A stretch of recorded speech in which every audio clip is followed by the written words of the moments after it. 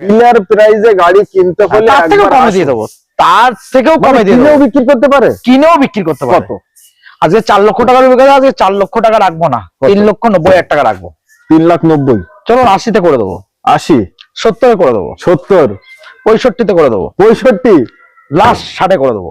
60, 3,60,000 টাকা। 3,60,000 টাকায় আর্টিকা। আর্টিকা ZDI, ZDI, DI, এটা VDI না, ZDI গাড়ি।